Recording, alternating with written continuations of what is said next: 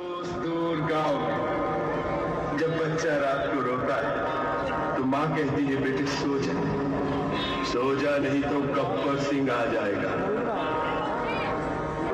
और ये तीन हरामजादे ये गब्बर सिंह का नाम पूरा मिट्टी में मिलाई दिए।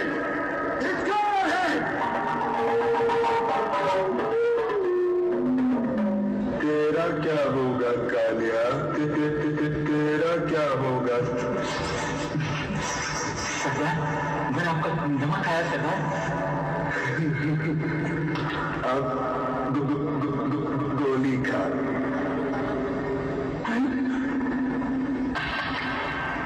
बच गया साला। ये भी बच गया। ये भी बच गया।